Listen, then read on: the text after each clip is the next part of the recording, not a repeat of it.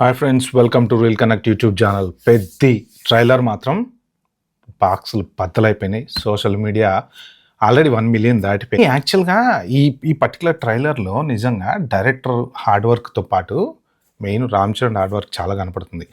ఇప్పుడు మనకి ట్రైలర్లో అర్థమైపోయింది, ఆల్మోస్ట్ సినిమా ఏంటనేది అర్థమైపోయింది. ఏంటి అంటే 3-4 డిఫరెంట్ క్యారెక్టర్. అంటే పెద్ది అనేవాడు ఏ గేమ్ అయినా ఆడగలడు.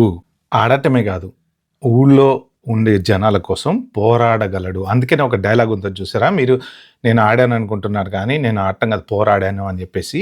సో అది వండర్ఫుల్ డైలాగ్ అనమాట. అయితే ఏంటంటే ఇక్కడ పర్టికులర్గా అందరూ ఇక సూపర్ సూపర్ సూపర్ అని పొగుడుతున్నాడు. పొగట్టం కాదు, పొగట్టం పక్కన పెడితే మనము ఎప్రిషియేట్ చేయాలి. దేనికి ఎప్రిషియేట్ చేయాలి అంటే ఆ హార్డ్ వర్క్.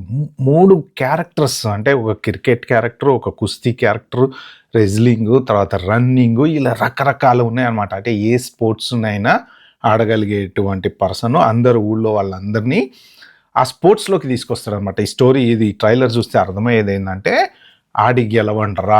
సో మనము ఇప్పుడు ఈ పర్టిక్యులర్ వీడియోలో ఏంటంటే ఇక జనరల్గా అందరూ చెప్పుకునేది ట్రైలర్ సూపర్ ఉంది, ట్రైలర్ అదిరిపోయింది, ఇంకా సినిమా మస్తు ఉంటుంది. అది డౌటే లేదు, సినిమా మస్తు ఉంటుంది. ఎందుకంటే అసలు ఆ హార్డ్ వర్క్ చూస్తేనే చెప్పొచ్చు సినిమా ఇక నెక్స్ట్ లెవెల్ బ్లాక్ బస్టర్ అని చెప్పి. డౌటే లేదు. ఎందుకంటే బుచ్చిబాబు ఆ స్టోరీతో పాటు ఆ స్క్రీన్ ప్రెజెన్స్ కూడా, స్క్రీన్ ప్లే కూడా ఎలా ఇచ్చారంటే యాక్చువల్గా ఆడియన్ కూర్చొని చూసేటప్పుడు నిజంగా ఫీల్ వస్తుంది అనమాట. స్పోర్ట్స్ ఫీలింగ్ వస్తుంది అనమాట. మనం క్రికెట్ చూస్తూ ఉంటాం కదా, చూసేటప్పుడు ఎలా ఫీల్ అవుతున్నాం, మనం ఇలా ఆడినట్టు ఫీల్ అయిపోతూ ఉంటాం అనమాట.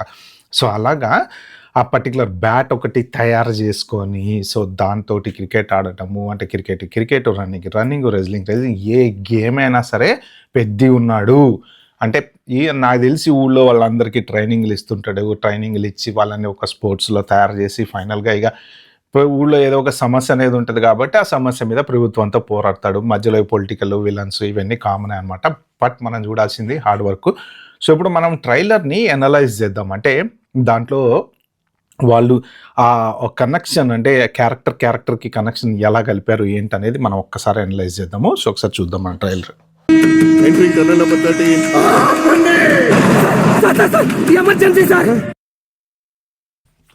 సార్ ఎమర్జెన్సీ సార్ అన్నారు కదా. అంటే నాకు తెలిసి ఊళ్ళో జనాలు అందరూ మేబీ ఆ ట్రైన్కి అడ్డం రావడానికి ప్రయత్నం చేస్తారో ఏమో అన్నట్టు ఉందన్నమాట ఈ సీన్ అయితే. సో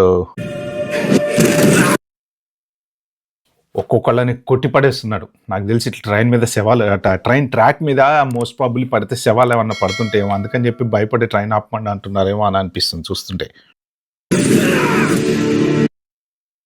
చూడండి, ఈ మైత్రి మూవీ మేకర్స్, సుకుమార్ రైటింగ్స్ అని మధ్యలో ఆ బ్యాట్ చూసారు కదా, ఒక పక్క బ్యాటు ఇంకొక పక్క గద అన్నమాట. సో అంటే 2 రకాల గేముల్ని, అండ్ మెయిన్ ఇప్పుడు దీంట్లో అది మన ఈ రెజ్లింగ్ ఒకటి, at the same time cricket ఒకటి, ఈ 2 ఉన్నాయని చెప్పేసి మాత్రం, అంటే కుస్తీ పోటీ ఒకటి, క్రికెట్ ఒకటి మాత్రం డెఫినెట్గా ఉంటాయి అనేది ఆ సింబల్ చూస్తే చెప్పొచ్చు.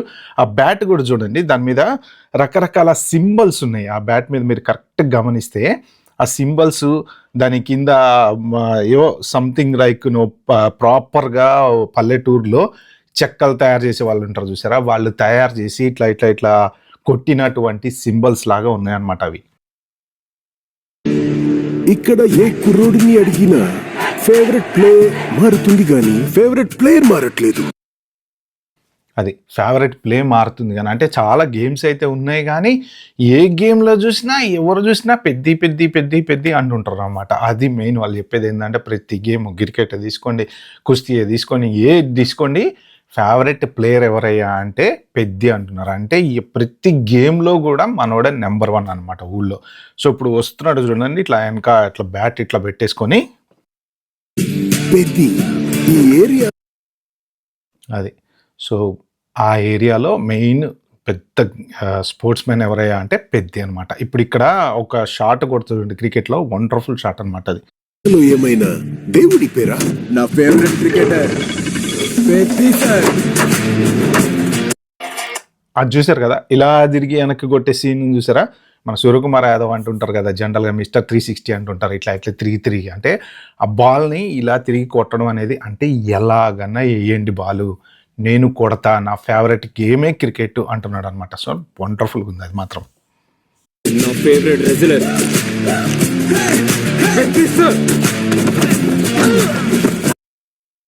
ఇది చూడండి మళ్ళీ కుస్తీకి వచ్చేసాడు. క్రికెట్ నుంచి ఇమ్మీడియట్‌గా కుస్తీకి వచ్చేసాడనమాట. అక్కడ కూడా ఫేవరెట్. అంటే ప్రతి ఒక్కళ్ళని కూడా మంచిగా ట్రైన్ చేస్తున్నాడని అర్థమవుతుంది. ఇది చూస్తుంటే మాత్రం కానీ స్టోరీ మాత్రం ఖతర్నాక్ ఉంది. ఎందుకంటే ఒక్క గేమ్ కాదు, ఇన్ని రకాల గేమ్స్ ఆడుతూ చేయడం అనేది చాలా great. Favourite runner Peddi sir. ఈ కుర్రోళ్ళకి పెద్దిగోడు గుళ్ళో దేవుడు కాదు సారు, గ్రౌండ్ లో దేవుడు.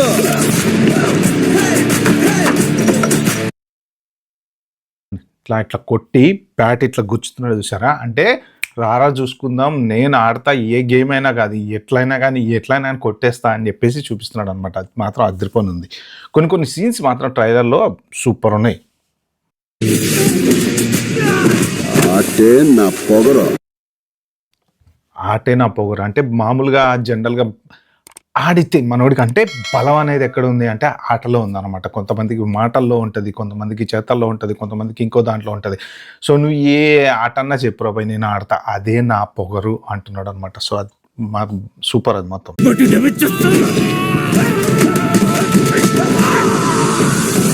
ఈ సీన్ చూస్తే ఆ ట్రైన్లలో వాళ్ళందరినీ కొడుతున్నారు కదా, మోస్ట్ ప్రాబబ్లీ పెద్ది ఎక్కడికి వెళ్ళాడు, పెద్ది కోసము ఎతుకుతూ ఉంటారు. పెద్ది ఎక్కడ ఉన్నాడో చెప్పండి రా అని చెప్పి వాళ్ళందరినీ అంటే ఆ టైంలో మరి మోస్ట్ ప్రాబబ్లీ రామ్ చరణ్ ఏదో ఒక ఏది మన కొన్ని సీన్లు కూడా ఉన్నాయి, సెంట్రల్ గవర్నమెంట్ దగ్గరికి వెళ్ళినట్టు, వెనక పార్లమెంట్ అవి ఇవి కనపడుతున్నట్టు. సో వాళ్ళ గురించి ఏదైనా ఇన్ఫర్మేషన్ తీసుకొని ఏమన్నా గవర్నమెంట్ దగ్గరికి వెళ్తాడా, ఆ టైంలో పెద్ది ఎక్కడ ఉన్నాడో చెప్పండి రా అని చెప్పేసి కొడుతున్నట్టు ఉన్నాయి ఈ సీన్లు అయితే. మనమందరము ఒకే భూమి మీద పుట్టినప్పుడు నువ్వున్న చోట మనిషికి ఇల్లు ఎక్కువ, రామున్న చోట మనిషికి ఇల్లు తక్కువ.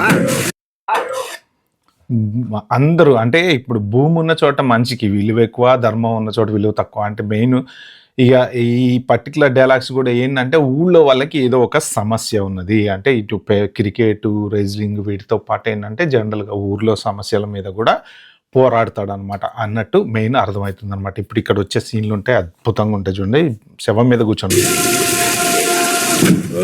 పేరు నేను నా కొడుకులకి పిలిచి పని ఎక్కువ.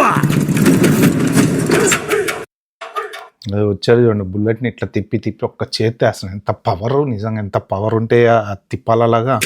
వాడికి ఆట ఆడటమే తెలుసు, మనకు ఆట ఆడించడం కూడా తెలుసు. ఎక్కడ ఈ ఆటకు నా కొడుకో.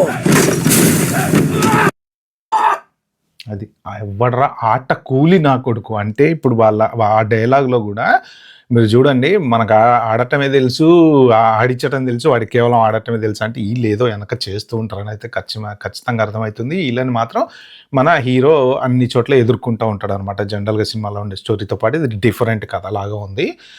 అయితే అసలు ఎవడరా ఆట కూలి నా కొడుకు అంటే జనరల్గా అతను ఒక పర్టికులర్ సీన్లో ఇలా గ్లాసులు గడుగుతూ కనపడతారు కదా. అంటే పని ఎక్కడో కూలి పని చేసుకోవటమో, ఆ పని చేసుకోవటమో, సంచి పట్టుకొని తీసుకొని వెళ్తుండము, ఇలాంటి సీన్లు కొన్ని ఉన్నాయి కదా. అంటే ఎవడరా ఆట కూలి నా కొడుకు అంటే ఆట ఆడేటువంటి ఆ కూలోడు ఎవడు అని రెండు సింబాలిక్గా కలిపారనమాట. అది జనరల్గా ఆటగాడు ఎవడరా లేకపోతే ఆ కూలోడు ఎవడరా అని ఈ రెండు కలిపారనమాట. కానీ ఖతర్నాక్ రాసే డైలాగ్ మాత్రం. ఇది చూడండి ఈ సీన్, శవం మీద కూర్చొని ఉన్నాడు కదా. అంటే అసలు కొట్టి రండ్రా చూసుకుందాం, ఎవరైనా సరే ఎంతమంది అయినా సరే అన్నట్టు ఉందన్నమాట. ఈ ఊళ్ళో వాళ్ళు ఇక ఎంత సతాయిస్తారో జనాలని, తర్వాత పెద్దిని, ఇక ఈ లెవెల్కి వెళ్ళిపోయి అంటే ఒక స్పోర్ట్స్ మ్యాన్ ఇలా తయారయ్యాడు అని అంటే ఇక ఎంత టార్చర్ చేసి ఉంటారు. అంటే జనరల్గా పాలిటిక్స్ కూడా ఉంటుంటాయి కదా, ఎవరన్నా ఒకటి ఎదుగుతున్నాడు అంటే వాడిని ఎదగనీయకుండా ఉండడానికి చేయడానికి ఇలాంటి రకాల పాలిటిక్స్ అన్నీ ఉంటాయి కదా. మోస్ట్ ప్రాబ్లీ దాంతోపాటు ఇక ఊళ్ళో వాళ్ళ సమస్యలు ఇవన్నీ కలిపి ఉన్నటువంటి స్టోరీ లాగా అనిపిస్తుంది అనమాట ఇది. మాటలతో కాదు, ఆటతో బరిలోకి వెళ్తే మగతనం ఎవరికుందో రమ్మను. అది సో మొత్తానికి మాటలతో గెలవటం కాదురా బాబు, మీరు ఆటలో గెలిచి చూపించండి. దమ్ముంటే మగధీరలో కూడా ఉంటుంది కదరా, ఒక్కనే కాదు 100 మందిని రమ్మని 1 by 1 అని చెప్పేసి మనం ఒకేసారి కాదు అందరిని ఒకేసారి రమ్మని అంటారు చూసారా, ఆ టైప్లో మెయిన్ ఈ సినిమా. ఇంకా గేమ్కి సంబంధించి అంటే ఖచ్చితంగా క్రికెట్ ఒక్కటే కాకుండా ఏ గేమ్ అయినా సరే ఆటలో గెలవాలి. సో మెయిన్ ఆ పాటలు కూడా ఉన్నాయి చూసారా, రై రై రారా, ఆ పాటలో కూడా ఏంటంటే స్పోర్ట్స్మెన్షిప్ అనేది చూపిస్తున్నారు అనమాట. మీరు ఆడి గెలవండి, ఆటలో గెలవటం కోసం మీరు కష్టపడండి. దాంతోపాటు ఏ ఆట అయినా సరే నేను ఇలా ఆడి చూపిస్తున్నాను అనమాట. సో ఇక ఈ ట్రైలర్ గురించి మాట్లాడాలి అంటే యాక్చువల్గా అందరూ పొగుడుతూనే ఉంటారు, రామ్ చరణ్ గ్రేటు, బుచ్చిబాబు గ్రేటు, అది గ్రేటు, ఇది గ్రేటు. పొగడటం కాదు, మనం ఏం చేయాలి తెలుసా, వాళ్ళ హార్డ్ వర్క్ని అప్రిషియేట్ చేయాలి. ఎందుకంటే 3 డిఫరెంట్ బాడీ షేప్ని ట్రాన్స్ఫార్మ్ చేసుకోవటం అనేది అంత సింపుల్గా కాదు.